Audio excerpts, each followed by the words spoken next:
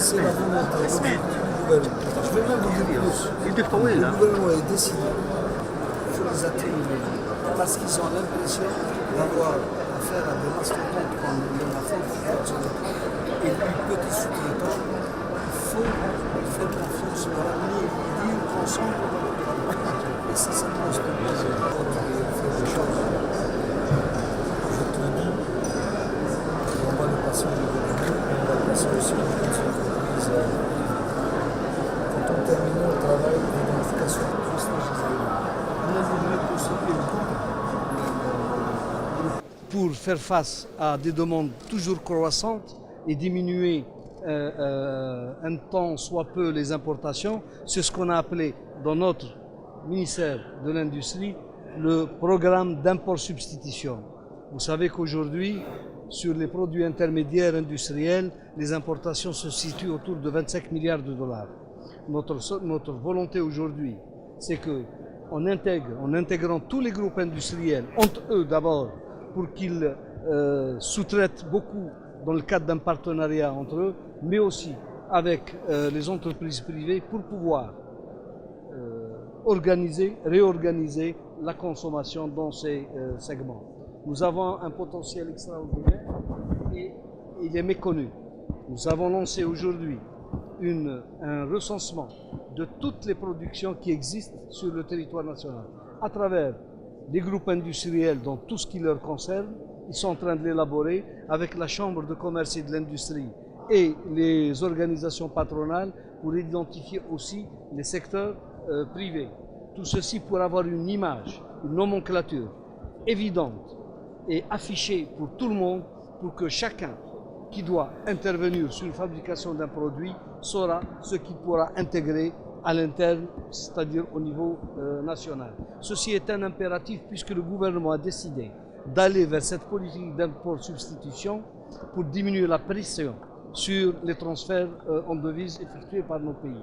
Et surtout, pour améliorer la compétitivité de nos entreprises pour qu'elles se préparent d'abord à apporter des réponses à un marché qui devient de plus en plus important et qui est lui-même porteur de potentiel de création de ce cadre de la sous-traitance. Ce dossier de la sous-traitance est aujourd'hui pris en charge au niveau du ministère de l'Industrie dans le cadre de l'orientation sur les PME qu'on est en train de mettre en place. La sous-traitance peut être un cadre essentiel dans la nouvelle PME. Tous nos contrats des entreprises aujourd'hui publiques avancent dans ce sens et se négocient dans ce sens. Nous avons poussé au niveau du gouvernement même une liaison intersectorielle.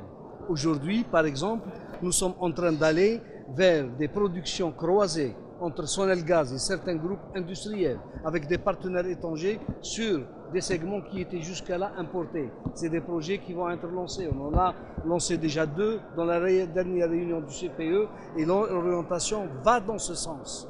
Donc aujourd'hui, la mobilisation autour de la sous-traitance, elle devient un impératif pour notre pays. D'autant plus que la taille du marché est une indication majeure pour aller dans ce sens. Ça, je voulais placer le cadre, organiser le cadre de notre rencontre aujourd'hui.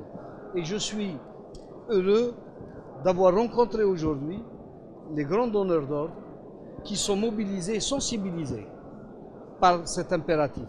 J'ai vu certaines propositions qui vont être faites à ces entreprises sous-traitantes qui vont dans le sens de la politique qu'on est en train de mener. J'ai vu beaucoup d'autres produits. Par ma connaissance personnelle, je suis issu de l'industrie. Je le rappelle aujourd'hui, j'étais un des premiers industriels privés de ce pays. Oui, avant de vous répondre, apporter une question à cette question précise, une réponse précise, je voudrais rappeler aussi un autre élément qui est essentiel. Même dans le cadre des partenariats qu'on organise aujourd'hui et qu'on met en place avec des partenaires étrangers, nous sommes en train d'intégrer la sous-traitance comme une condition dans nos négociations. Je reviens d'un voyage en Italie où la question de la sous-traitance et la mécanique qu'ils ont, eux, mis en place, qu'ils ont conçu pour mettre en place tout ce tissu de sous-traitants, et ils sont les meilleurs dans le monde. Nous sommes en train de travailler avec eux pour nous aider à organiser nous-mêmes, à concevoir et à organiser ce segment de la sous-traitance. Vous parlez de l'usine de Renault de Belabès, comme pour les autres. Nous sommes aujourd'hui arrivés à un stade où nous allons intégrer un certain nombre d'éléments, au-delà des éléments plastiques. Nous sommes en train d'intégrer les sièges, nous sommes en train d'intégrer les faisceaux de câbles et certains même éléments électroniques avec l'aînier.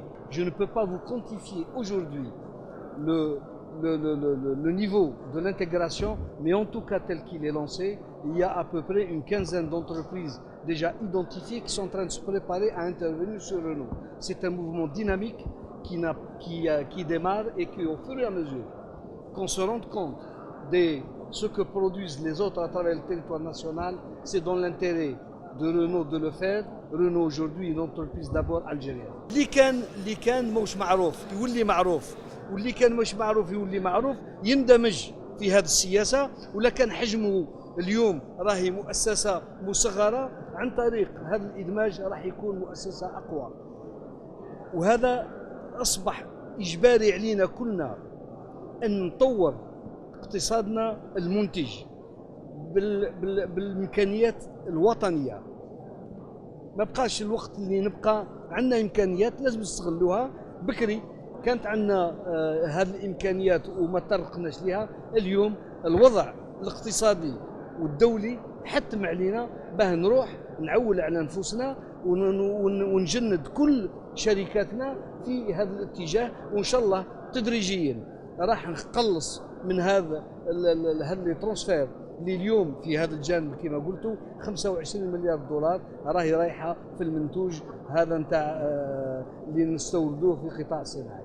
القروض الاستهلاكيه كان فوج عمل اللي ترأسوا وزاره الماليه اللي فيه وزاره الصناعه ووزاره التجاره اللي راهم يخموا وراهم يفكروا في هذا الملف وراح يخرج عن قريب ان شاء الله. وثم نتكلم على الشركات اللي معنيه والمنتوجات اللي معنيه.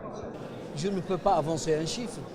Mon objectif, c'est de mettre tout en place les interconnexions nécessaires pour qu'on puisse très vite le diminuer, rentrer dans une dynamique de diminution et après lui donner les moyens nécessaires pour accélérer ce processus. Mais l'essentiel, c'est qu'aujourd'hui, on sait ce qu'on veut, on sait comment on doit y aller et au moment où on y sera, on donnera l'impulsion nécessaire pour accélérer le mouvement. Mais en tout cas, il faut le faire. Il faut commencer à le faire et le gouvernement est résolu à le faire.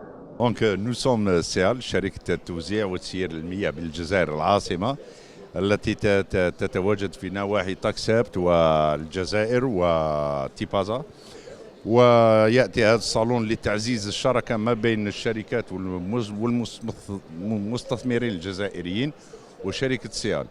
وحنا رانا نعملوا يعني باش لتطوير المنتوج الوطني حتى ما نروحوش يعني لشراء الآلات ولا العتادات في الخارج. نسبقوا دابور بالمنتوج الوطني ومن بعد نشوفوا اللي ما كاش الور اللي ما كاش ماشي نروحوا نجيبوه، مي اللي ما كاش لازم نجيبوه للتكنولوجيا حتى نولوا نخدموه هنا في بلادنا وتستنفع به الشركات، يعني جميع الشركات الوطنيه. الور دابور SEAL عملت نتائج كبيره في ضواحي الجزائر. الناس قاعده تعرف تسمع بالاش 24 ورانا نطوروا في توزيع وانتاج المياه في بتيبازا.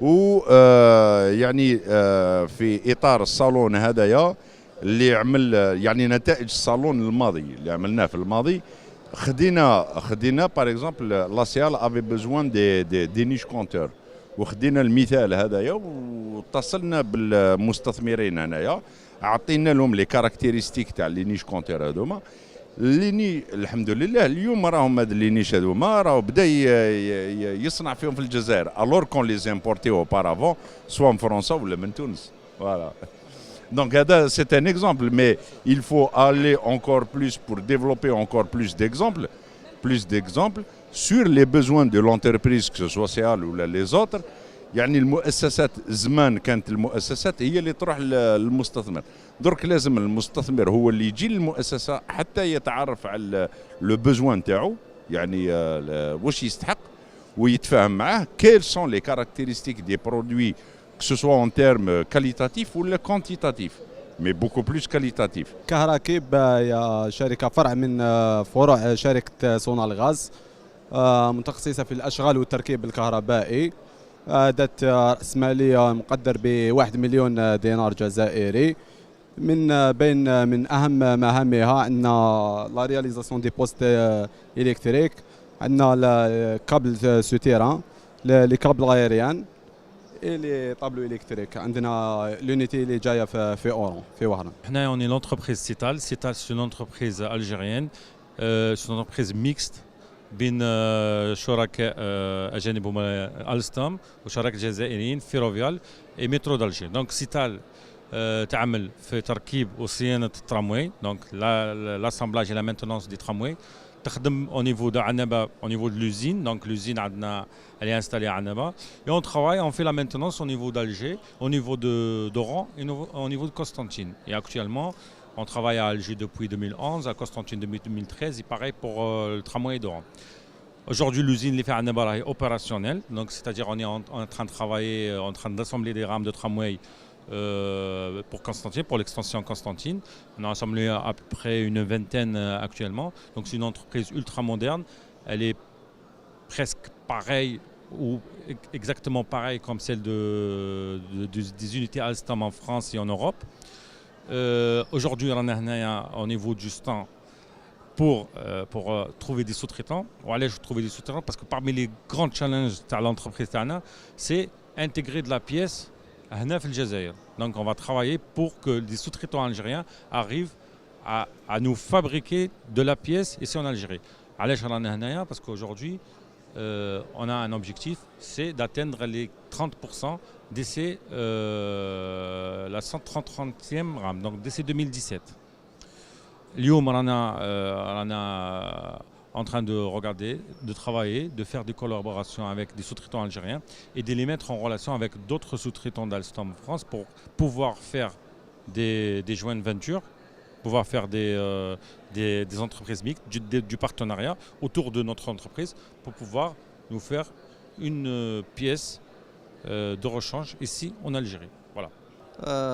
مرحبا بكم في جناح المجمع الصناعي للإسمنت الجزائر الذي هو رائد صناعة الإسمنت الجزائرية، حيث يقدر طاقته الإنتاجية ب 11 مليون و500 ألف طن من الإسمنت سنويا، وهذا يمثل 60% من الإنتاج الوطني. والمجمع الصناعي لإسمنت الجزائر يتكون من 23 شركة فرعية، 12 شركة لإنتاج الإسمنت، 3 شركات لإنتاج الحصى، 3 شركات لتسويق مواد البناء، مركز تقني، مركز للتكوين، وشركتين للصناعة صيانة صناعية. فيما يخص مشاركة المجمع في هذه التظاهرة الاقتصادية المهمة، فإن المجمع قام بإحصاء احتياجاته من ناحية المداولة، وهذا تشجيعا للمؤسسات الوطنية ومحاولة منه في إدماج الكمية كبيرة من هذه الشركات الوطنية وإدراج احتياجاته وعرضها على هذه الشركات الوطنية، وهذا تشجيعا للإنتاج الوطني.